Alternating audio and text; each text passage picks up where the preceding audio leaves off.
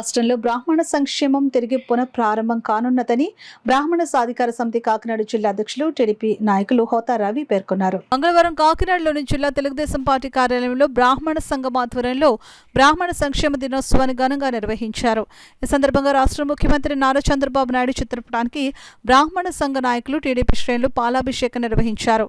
ఈ సందర్భంగా బ్రాహ్మణ సాధికార సమితి కాకినాడ జిల్లా అధ్యక్షులు హోతా రవి, మాజీ బ్రాహ్మణ cooperative credit society director P సోమసుందర్లు మాట్లాడారు. ఈ కార్యక్రమంలో అర్చక సంఘం అధ్యక్షులు దివి శ్రీనివాస్, ప్రముఖ పురోహితులు తనికెళ్ల రాంబాబు, ఇంద్రపాలెం బ్రాహ్మణ సంఘం అధ్యక్షులు కడియాల సత్యనారాయణ, ఇంద్రగంటి శర్మ, అప్పల రామ్జీ, సంపర కృష్ణ తదితరులు పాల్గొన్నారు. ఆనంద సూర్య గారు మాజీ చైర్మన్ ఆనంద సూర్య గారు ఈబీఎస్ రాష్ట్ర అధ్యక్షుడు వ్యవస్థాపకుడిగా ఈ క్రెడిట్ సొసైటీకి కార్పొరేషన్కి చైర్మన్గా చేసి ఎంతో చంద్రబాబు నాయుడు అడుగు జాడల్లో ఆయన అడుగు జాడల్లో మేమందరం నడిచేలా చేసి ఎంతో రాష్ట్రానికి మేలు చేసి ఆనంద సూర్య గారు మామూలు కాకుండా ఎంత కష్టపడి మన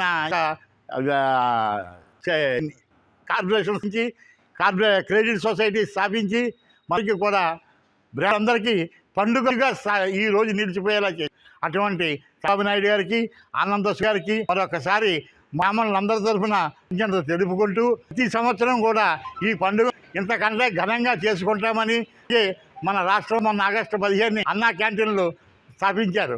అన్నా క్యాంటీన్లు ప్రారంభించగానే ప్రతి ఒక్క కాళ్ళలోనూ కూడా ఎంతో వెలిబుచ్చింది. తెలుగుదేశం పార్టీ గవర్నమెంట్ దిగిపోయిందో, వైసీపీ దుర్మార్గుడు జగన్మోహన్ వచ్చాడో, వచ్చిన తర్వాత కార్పొరేషన్ అనేదాన్ని నిర్వహిస్తాడు.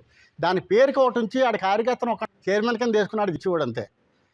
దానికి నిధులు బ్రాహ్మణ కార్పొరేషన్ ఎంత ఎత్తునప్పుడు చెప్పుకోవడం, ఆ నిధులు తీసుకెళ్ళి ఇంకో కార్పొరేషన్ మళ్లించడం, అంత దుర్మార్గంగా కార్పొరేషన్ నిర్వీర్యం చేయడం.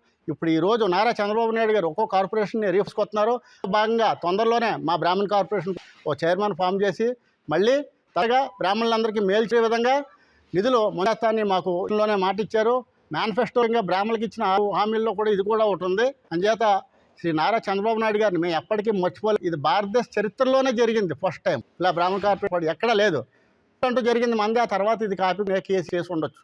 అంచేత నారా చంద్రబాబు నాయుడు గారికి మేము ఎప్పుడు రుణపడి ఉండి ప్రతి సంవత్సరం ఇలాగే చేసుకుంటాం. మేము ప్రతి సంవత్సరం కూడా ఆనందంతో జరుగుతాము. తొందరలో కార్పొరేషన్ రీఫామ్ అయ్యి మా అందరికీ మళ్ళీ రోజులు వస్తున్నాయి.